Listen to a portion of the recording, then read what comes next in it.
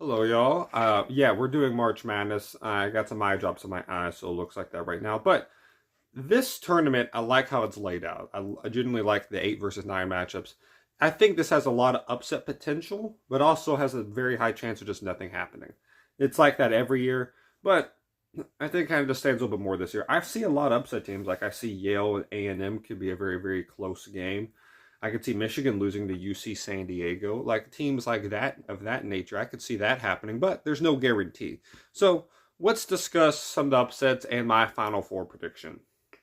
One of the upsets I got is Akron beating Arizona. I don't really know why. I just feel like Akron, I think they made it last year. It's going to do even better this year. I saw how they played in their championship game. I think they're going to do pretty good against Arizona. I don't trust Caleb Love to be really consistent.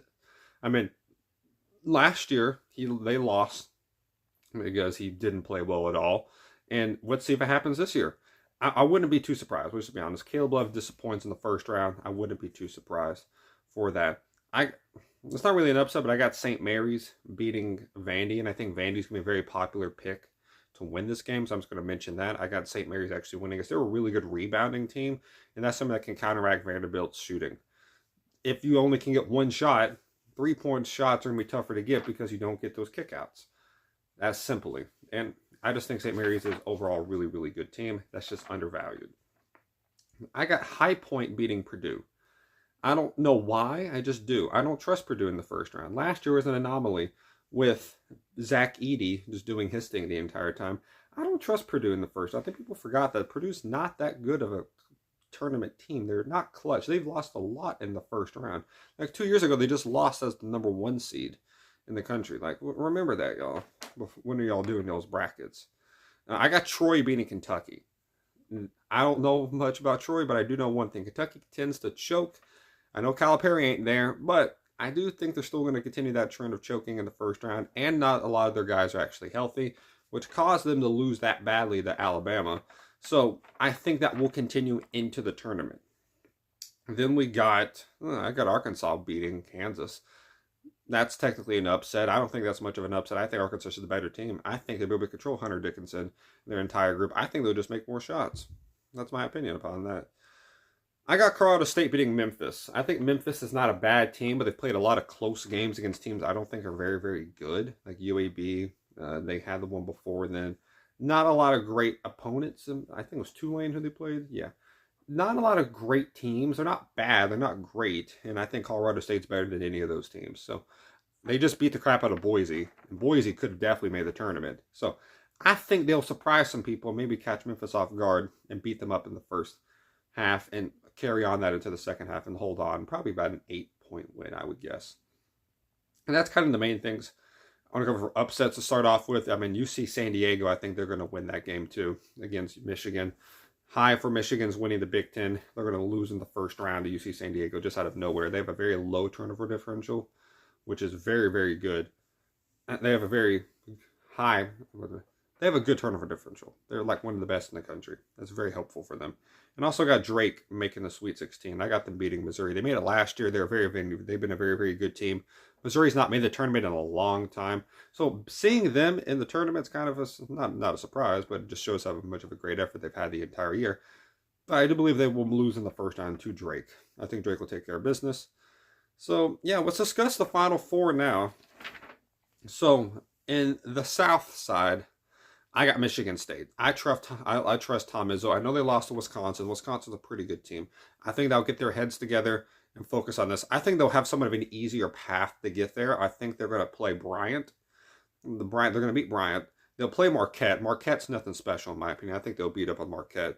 And then I got North Carolina making it to the Sweet 16 because I think they'll go on a run and they'll upset Iowa State, who would be a kind of a tough matchup for Michigan State that they can get their heads together. I think Iowa State can do what UConn did a few years ago, that they had a great start and then they worked their way down when conference play started. They just played worse so that they could kick back up in the tournament. I think Iowa State can do a very much a similar thing.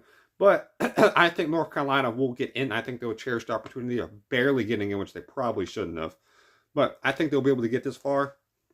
Michigan State will beat them. They will get out. Michigan State will outcoach North Carolina. Hubert Davis is not a great coach. He's horrible at substitutions. He's not a bad defensive coach at all. Terrible at substitutions. And then I believe they will get Auburn. I also believe they will outcoach Auburn. I don't think Bruce Pearl's bad at all, but I think the execution from the players down a stretch of games will be big. I don't like how Auburn lost to Tennessee. I especially don't like how they lost to Alabama. I don't trust that. They've lost 3 of their last 4. They are not mentally an extremely tough team, in my opinion. They got time to get prepared. If anyone can get them prepared, Bruce Pearl will be that guy. But anyone who can take advantage of an emotional team would be Tom Izzo. Chad Baker Mazard got to be better. Jeremiah Broome has to be better. He talked all that crap to Zakai Ziegler. Then he drops 20 on him, and Broome can't make a free throw or layup down the stretch. Chad Baker Mazard talks a lot of stuff and can't stay in games because he gets in foul trouble or gets kicked out for elbowing people.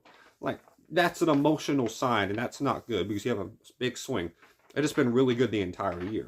And now it's starting to crack a little bit. But they lost to good teams.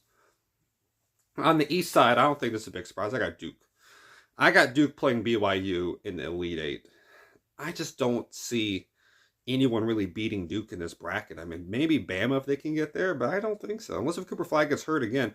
Them playing without Cooper Flagg has shown everyone that they're really good.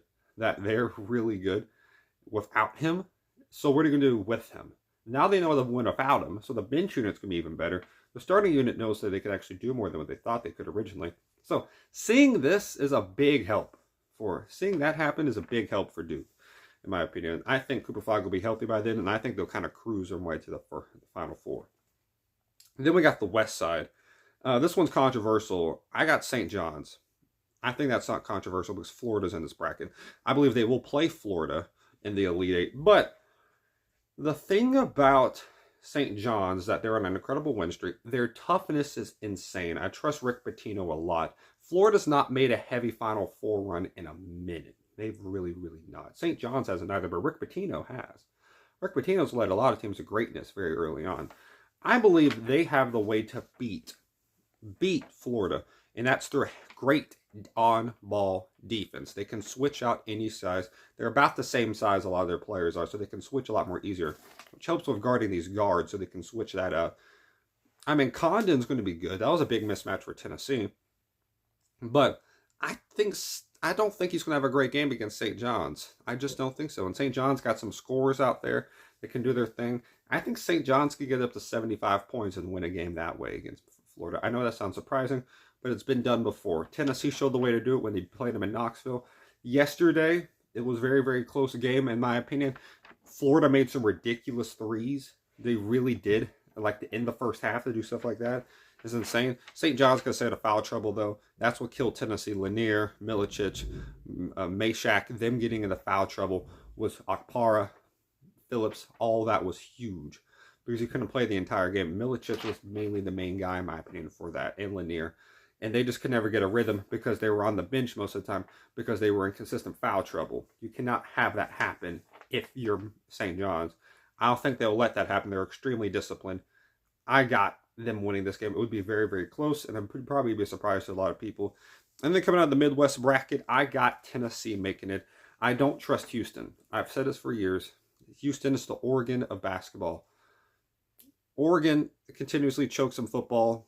Houston continuously chokes in basketball. They've neither won national champions. I don't think that's going to change this year. I got Clemson beating Houston. I know that might seem surprising, but Clemson also beat Duke this year. Remember that. With a Cooper Flagg. So they're good. And I think they'll catch Houston by surprise a little bit. I think they're just going to choke in the big moment. Again, they always do. No matter how good they are, they always choke in the moment of like this.